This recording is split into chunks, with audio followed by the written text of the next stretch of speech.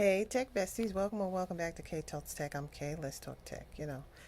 Today I'm even more frustrated with the job market than usual. I mean, if that's even possible. It just gets kookier and kookier and kookier all the time. Okay, I long for the days of real consulting recruiters who knew the industry, who understood the business. I'm tired of these people who don't know what payment terms are. That's basic to business. I even developed a PDF that I can send along with my resume because I got tired of explaining it. Are you serious right now? I have to teach people how to respond to questions that a candidate would have. Um, why don't we just stop hiring adults and get high school kids to do it? Because I really think that's not too bad an idea because people don't do anything. They do a search on a database, they find a candidate, they send them an email. When they get the response to the email, they respond to that. They can't answer any questions, and then they call you on the phone and ask you the same thing. Oops, I'm sorry. They call you on the phone and ask you the same thing that you just discussed with them over email. Um, and look, I get it that you have to have confirmation of what they said in the email. But I just had a call with a person. First of all, I can't understand what he's saying because he has an extremely heavy accent. And I don't have anything against people with accents, but you have to be able to articulate what it is you want to talk about. And then on top of that, there's all this noise going on in the background. And I get it may be other people working, but that doesn't make it professional. Can I go to an interview with all that noise in the background? No. So when you call somebody, at least have some equipment that makes you sound louder or something, because not only am I having a problem understanding the words you're trying to say, I can't hear you. It's so frustrating. And on top of all that, now they want to have secrecy. Okay, I just got an email where I have a standard email that I send out when people contact me about consulting, and I'll let you see it sometime, but not right now. But in that email, I ask for all the questions that I want to know about a job, and it's basically what would be in a regular job description, right? Which they don't have in there. And I ask them, who's the client, who's the end client? They have the audacity to send back to me what end client.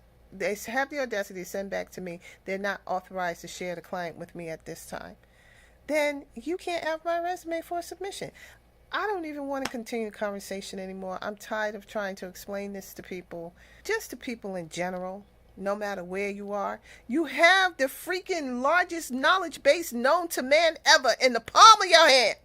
Use it. Understand something about the job that you're doing. And that goes for everybody. Do you think I show up to a job all the time knowing every teeny tiny thing they want me to know? Me and my 41 years? No, because nobody can know everything. It might even be that I used to know it and now I forgot. That's what AI is for. That's what the internet is for. And don't go to the interview and say that. Study it before you have the interview. Okay? So if you're going to be a tech recruiter, just ask AI, what are the basic terms and information I should understand about being a tech recruiter? Or whatever the job is. And so I guess that leads me into telling you about one of my principles of business analysis. Whether I'm a business analyst, a product owner, a product manager, a project manager, one thing that I never am is a blank piece of paper. Never show up as a blank piece of paper. Before you do anything, get at least some context around what it is that you were hired to do, right? Because nothing is more annoying than somebody that comes in with, oh, teach me. Nobody wants that. Nobody wants that.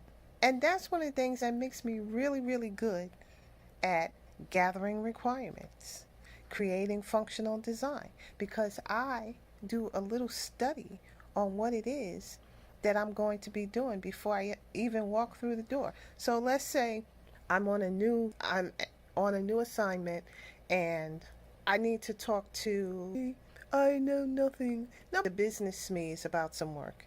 And the higher up the chain these people are, the less patience they have. So I want them to love me. That's my goal. Them loving me equals contract extension. Okay? So that's the goal as a consultant. So I do a study. If I can't, before I even study the environment I'm in, I study the environment that the environment is in. So basically, what I'm saying is, I take a little time to understand the industry. Another thing I did was, I probably shouldn't even tell y'all this secret. We're besties, right? Okay, I'm going to tell you.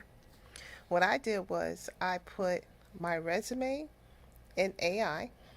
I had it remember it, and I told it not to share my information. And then anything that wasn't on my resume, I told it about my professional background. So now it knows my entire background, everything I've done, and what my capabilities are. I've told it about my mainframe experience, my client server experience, whatever it is. So then when something comes up that I don't understand, I can ask it, given my background, how long would it take me to learn this to the level of being conversational, or to the level of having a working knowledge of it? And it also helps me to understand concepts. I tell it, when you explain something to me, relate it to something I already know. That's the fastest way to learn something. I call it by analogy, right? Maybe it's more accurately put by comparison. But there's a lot of concepts that come out now that are just warmed over concepts from earlier in the arc of tech. So a lot of things that come out now are old mainframe concepts. So I can have AI related to something that I know from my mainframe experience that helps me understand the current experience faster.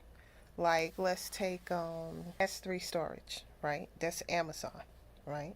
The way that storage works is it knows where on the device your data lives. And there's a scheme for determining that. That scheme and that concept of knowing that, and it's not some,